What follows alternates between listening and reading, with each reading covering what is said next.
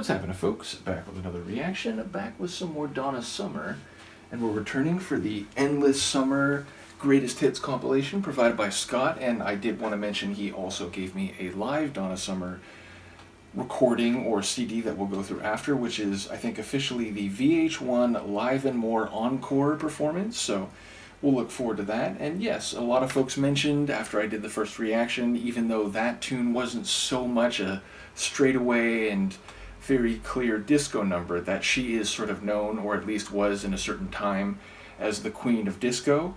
And this title, Love to Love You Baby, I've definitely heard that phrase, so it's possible I know this tune. I certainly have heard people talk about it at some point. In fact, I think, I watch an old riffing show, Mystery Science Theater 3000. I believe there's an episode where they make a joke referencing that song title, so I think it's a phrase that's been in my head for a long time, but it is also possible that I just know it through that verbal reference and I haven't actually heard it. But yeah, the idea is that loving someone may not only bring pleasure to that other person and satisfaction and contentment and a affectionate feeling, but is actually psycho-emotionally good for the person doing the loving. They love to love the other person. They're getting enjoyment and an affectionate feeling themselves. So I like the phrasing. Obviously there's a bit of a doubling or alliteration to it, so it will no doubt factor in a rhythmic way, and also as an emotional marker as to the feeling of the narrator. So I think it'll function both practically in the song and emotionally as it relates to the themes. Given her reputation as the disco queen, I'm guessing a lot of tracks on this album will be disco, but we'll see if that's the case here, because even though it's possible I've heard it, I can't think of any melody or any sonic context in advance. So here we go. This is Donna Summer. The track is Love to Love You Baby, and it's included on the Endless Summer Greatest Hits compilation.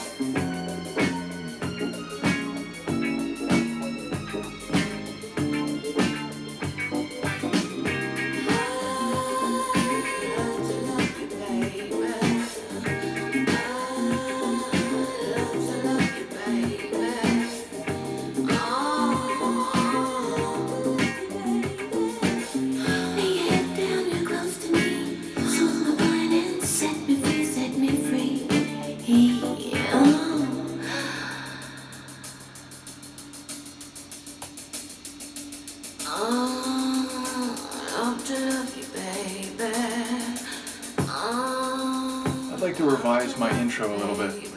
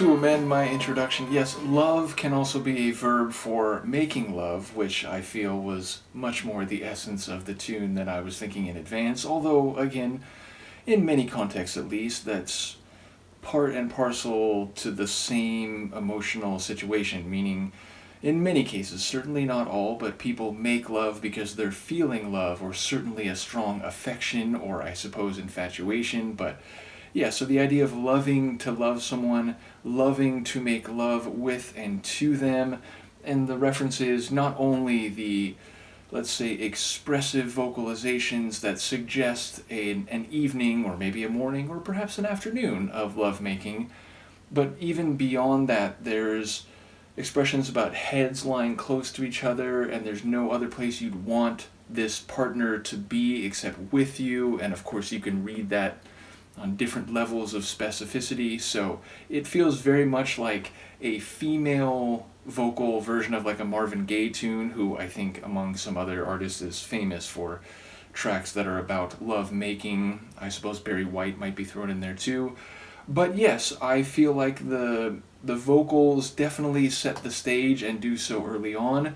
Sonically, yeah, I guess it could be seen as like a down-tempo disco type of track, but I actually got more of like a soul funk vibe. Certainly when it sort of hollowed out and it was just kind of those rolling drums like hi-hats, and then it came back in full force. That moment felt very fresh and funky, so there was a soul funk vibe, maybe like a disco ballad hybrid somewhere in there, but yeah, it definitely felt like it was drawing on some different sonic influences.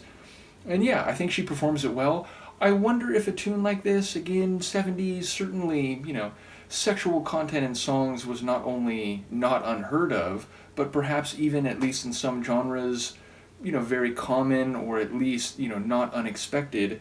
But I still wonder if people thought this was like controversial, the way she does those vocalizations. It's very sensual, so I suppose, people who were worried about sex and so on, like themes in popular music, might have gotten their hackles up or been a bit hot and bothered by that. Nevertheless, I think it works, and it sets the scene and takes you to the bedroom sonically right away. So yeah, I get why this tune might be memorable to people.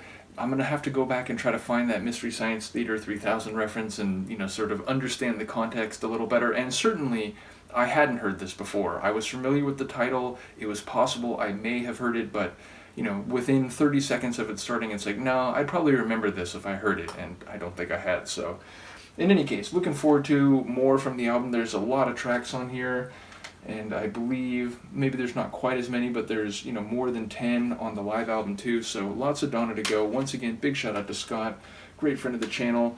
Let me know what you think of this, and if you have any more insider background on it, and I will see you, along with Luca, next time. Peace.